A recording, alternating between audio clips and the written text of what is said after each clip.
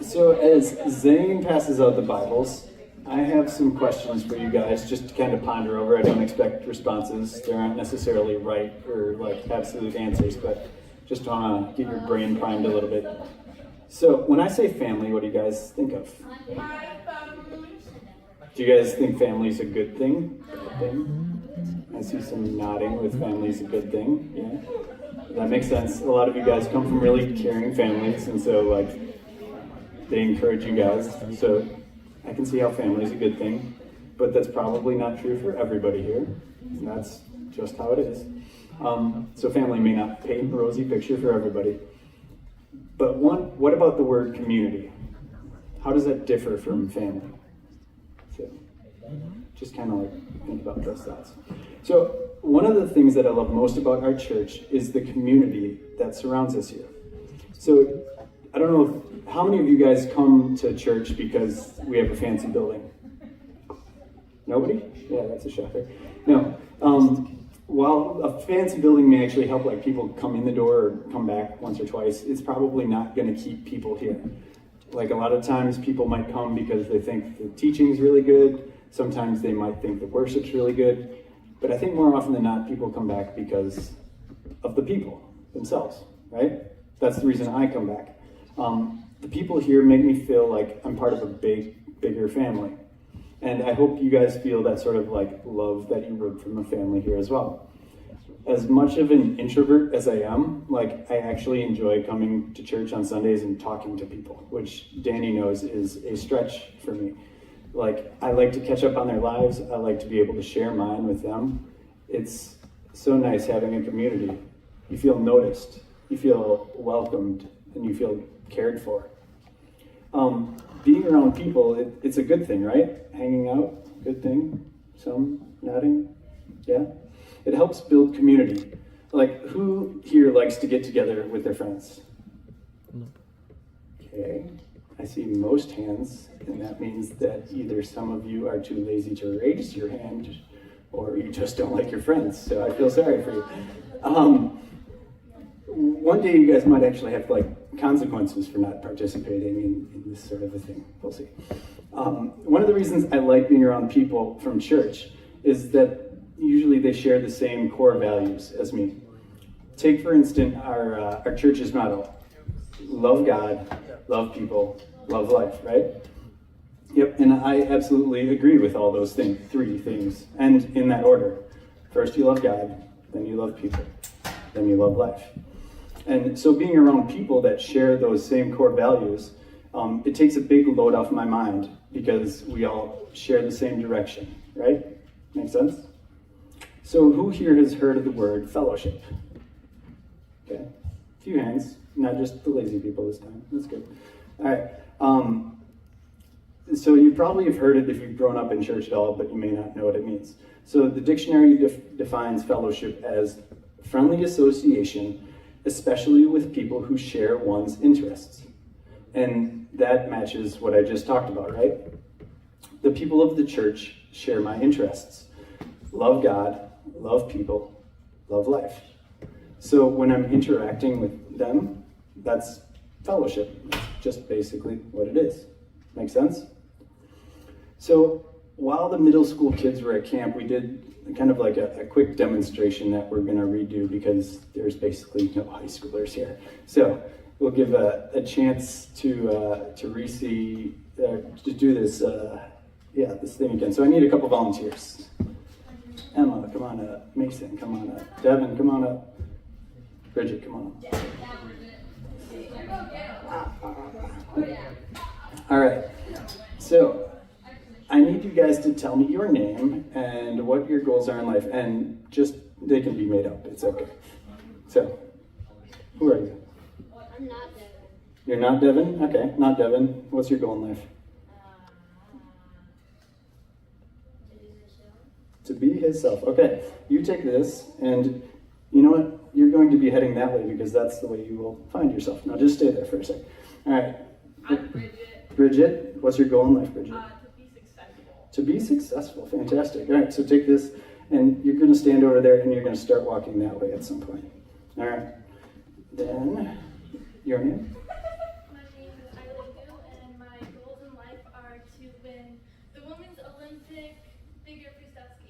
Ah, nice. Iligu, here you go. So if you want to win the Olympics, you need to head that way. Just hold there. All right, and you? Guitar. Your name is Guitar? All right, and what is your goal, Guitar? To become a guitar. All right, fantastic. So you can come here, Guitar, and to become a guitar, for some reason, you need to head that way. I'm not entirely sure. Now, this is not going to be tug of war, guys. This is just, I want you to slowly start walking in your respective directions. All right, so slowly start walking. You guys, I said no tug of war. I said, you guys, why aren't you going anywhere? Okay, all right, that's good for right now. All right, come back.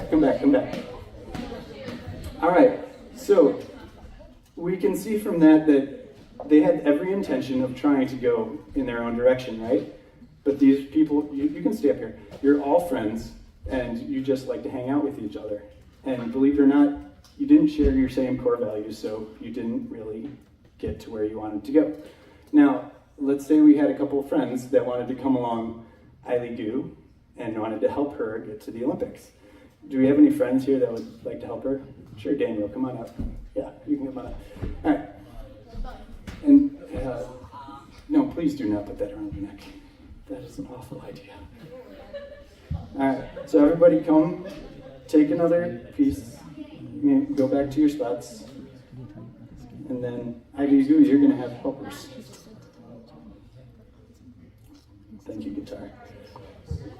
All right, so once again, we're not playing tug of war, but I just want you guys to start moving in your direction. And you know what? You also have a helper. You have a mentor that's, oh look, all of a sudden, Iligu is heading toward the Olympics.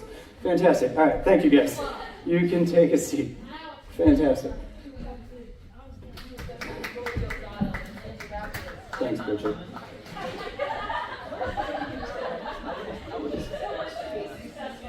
Yes, she was. Nice try. All right, so what did you guys notice about when you had some friends that shared that same value? What happened to that group? They helped you, right? They didn't help you. Believe it or not, they didn't help you become a guitar. I'm sorry. But the idea was they helped Iligu as she tried to go and become a skier, right? And all they did was just have to walk alongside of her. And what happened to everybody else in that group? They what? They went with her. That's right. That association with the other people that naturally will kind of like cross paths, and you'll head in some direction. It may not be the one that you intend, but it may help you to get somewhere else. Now,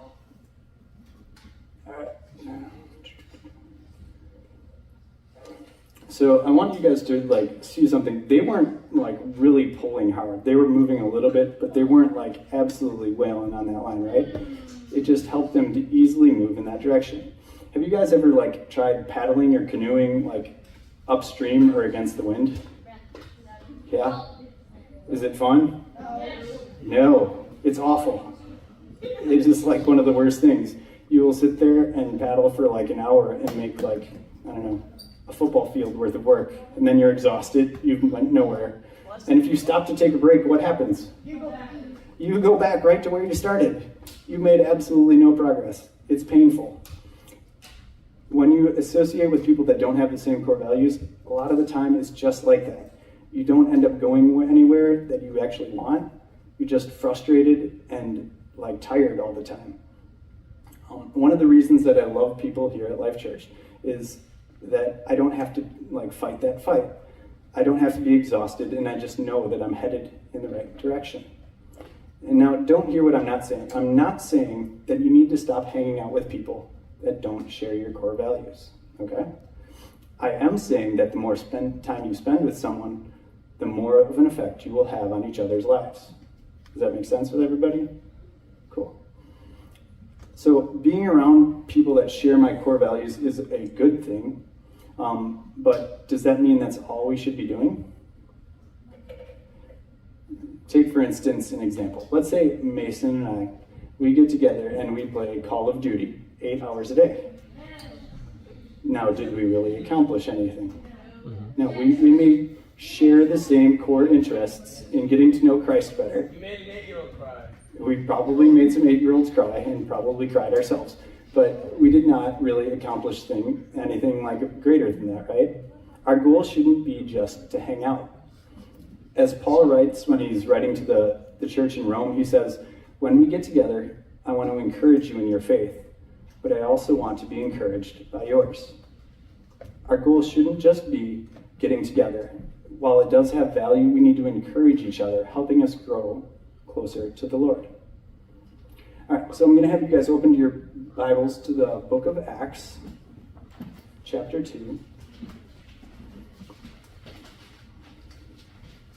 And the end of chapter 2, 2:42. It'll be up on the screen too. 906 in the hardcover Bibles. All right, I need a reader. See, Vinny, you can do it. Absolutely.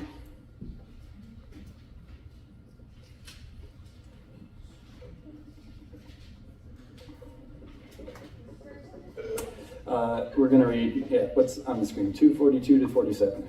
So it's a long section.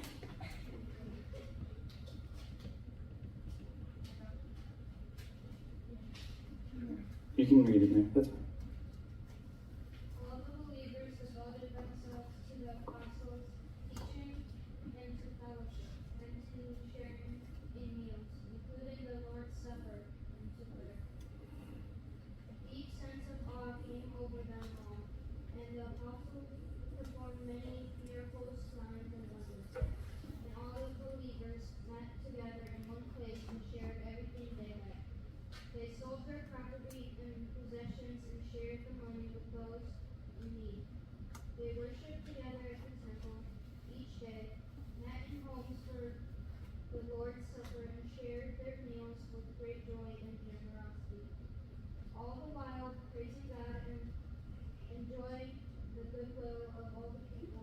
And each day the Lord added to their fellowship those who were being saved. Thanks, Vinny. I love when we look at how the church first started. It's really cool to see how everything is kind of playing out. And this is just a small excerpt, but like we get to see so much different stuff. They were united with Christ, but they're also united to each other. When people love each other, it naturally draws like those on the outside, it draws them in, right? Have you guys ever been there? No? Anybody? One nodding head. Fantastic. When people see love, they want to be a part of it. They want to know why people care for others the way that they do.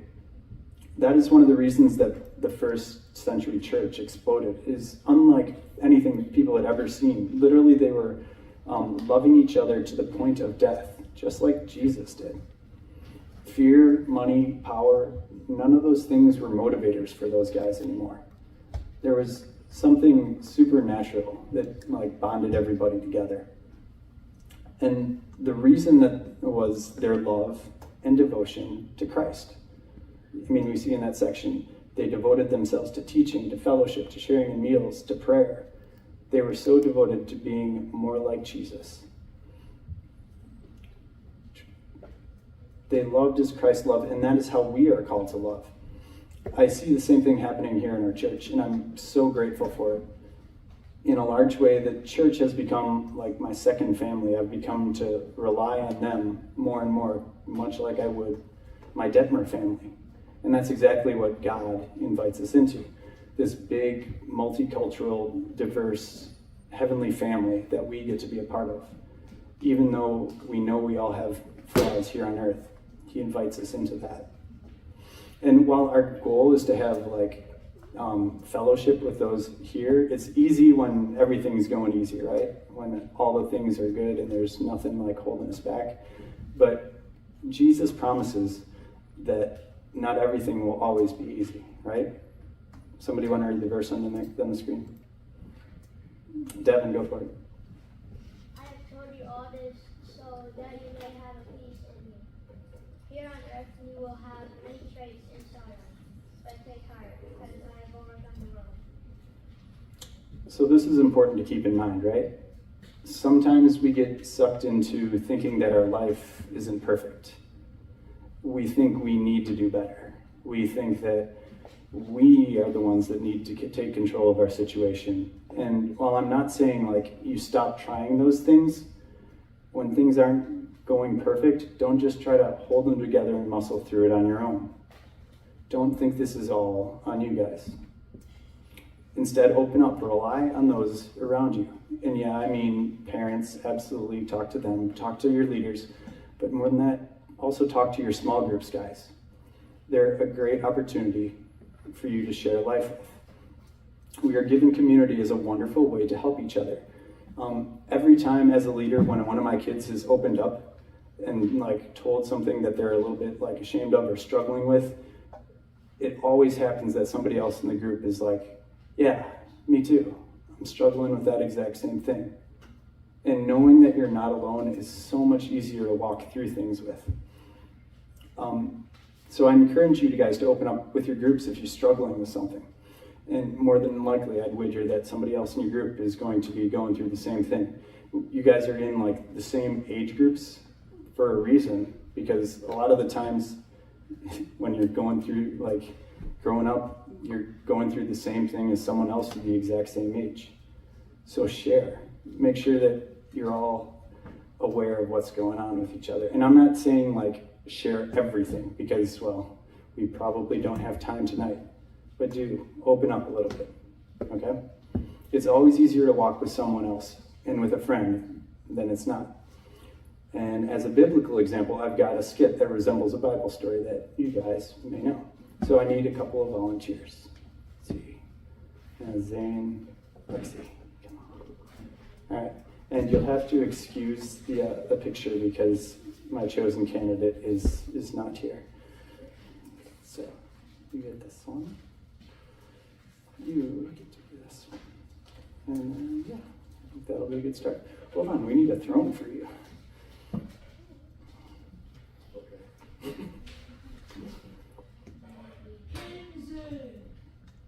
Hear ye, hear ye. All right, you guys have any questions?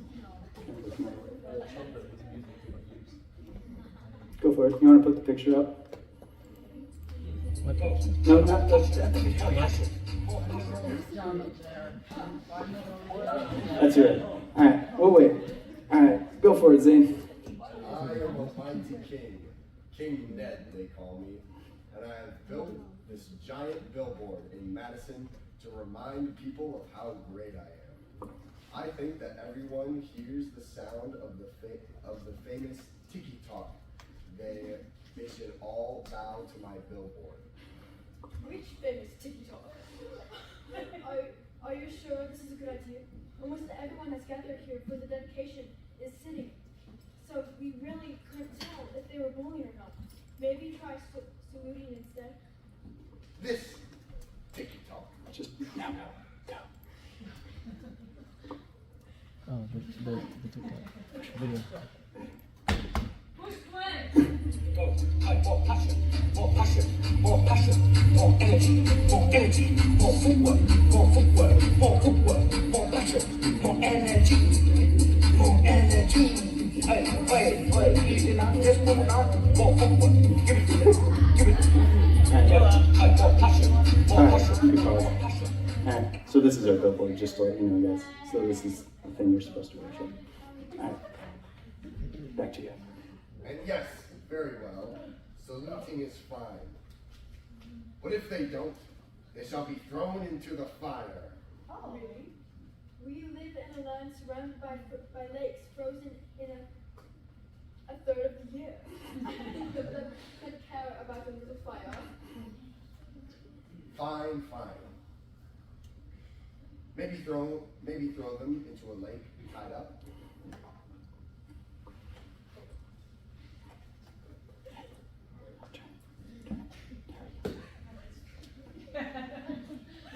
People from every nation and race of Wisconsin and the surrounding lands. When you hear this sound of this famous TikTok, you must salute the billboard your great King Ned has set up. If you don't, you'll be tied up and thrown into one of the lakes. energy, more footwork, more passion, more energy, more energy.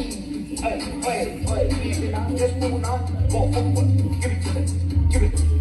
Alright, audience, this is your cue to salute. Salute. That was the ticky-tock. You're supposed to salute. No one? Yeah? Go for it. Long live the king! I am aware of your greatness, as there has been several Christians who do not salute your royal billboard. They are Rat, Shack, and Bendy. Bendy. Though they are valued members of the community, the law states those who refuse to obey saluting after the tick-tock will be thrown into the lake. These Christmases also exalt the honor of your majesty, and if they do not worship the almighty tick-tock, snap or insta. Bring them to me. You three get to come with me.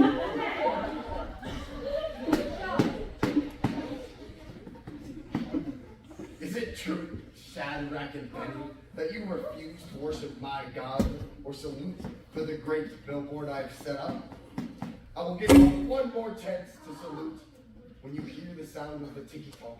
If you don't, you will be thrown into the lake. And then, what God will be able to save you? Go, more passion, more passion, more passion, more energy, more footwork, more passion, more energy, more energy. Hey, easy now, just moving on, more footwork, give it to them, give it to them.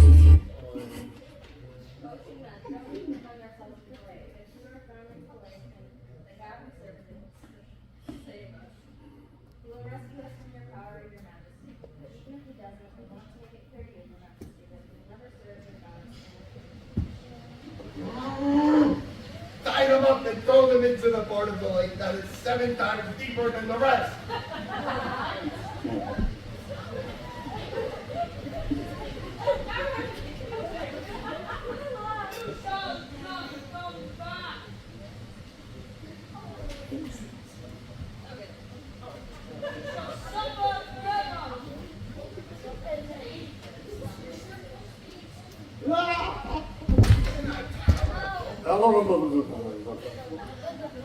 Didn't I tie up and throw people into the lake? Then why do I see 4 people walking on the buses? And one looks like a god? Come here. Not you, Donald. Not you, Donald. Thanks. Johnny the cool cat. Wait, Johnny the cool cat. You aren't even close. It's Praise Johnny. your God. You sent an angel to rescue because you trusted in him. You were willing to die rather than to worship any god but yours. Therefore, I make a new law. If anyone speaks a word against the God of Brad, Shack, and Benny, they will be wiped from the face of the earth. No other God can rescue like this.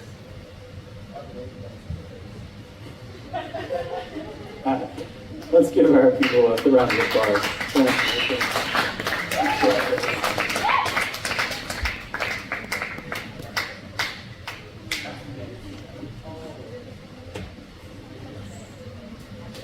Fantastic.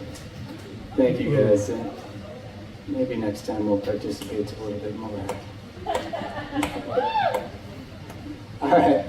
Sometimes fellowship is an easy thing. Sometimes it can be fun. Otherwise, we may have our lives threatened, just like Rack, Shack, and Benny. But if we keep the right people around us, it makes those times easier. When you're part of a group, a team, it's easier to grow into who you want to be. If you've ever been on a sports team, you'll know this to be true. You don't want to let your teammates down, so you push through. You push them further than they normally would go on themselves. That was one of the reasons that I was so successful as a track athlete. I had a fantastic team surrounding me, supporting me, pushing me, and in the same way, I pushed them to things that they couldn't accomplish either. Proverbs 27:17 says, "As iron sharpens iron, so a friend sharpens a friend." Would Rack, Shack, and Benny have been able to stand up to the king by themselves? Maybe. Would they have been able to be strong in their faith without keeping each other accountable? Doubtful. Well, we'll never know. One thing that I can guarantee, it wouldn't have been as easy if they were just by themselves. No one likes to be singled out and to stand alone. Find a group and don't wait for the perfect group to come along, because it won't. Dig in where you are. Share your life, even the stuff that you aren't proud of. We all struggle with our own demons. So if you're not sharing with something, be gracious to those around you in the same way that God has been gracious to you. Grow together with your group toward Christ, and you'll be amazed at the transformation that takes place in you guys' lives and the community around you. Sitting on the sidelines isn't going to make you better. So get involved in the game. Be involved, get better. Make sense to you guys? Cool. All right, I'm going to pray, and then we'll dig into small groups. Jesus, we thank you for today. We thank you for community, for people around us that just help us to get to where we want to go. And God, I pray that you help us to realize these truths. I pray that we take these examples from the Bible and are able to apply them to our lives so that we can be closer and closer to you. Thank you for all that you do.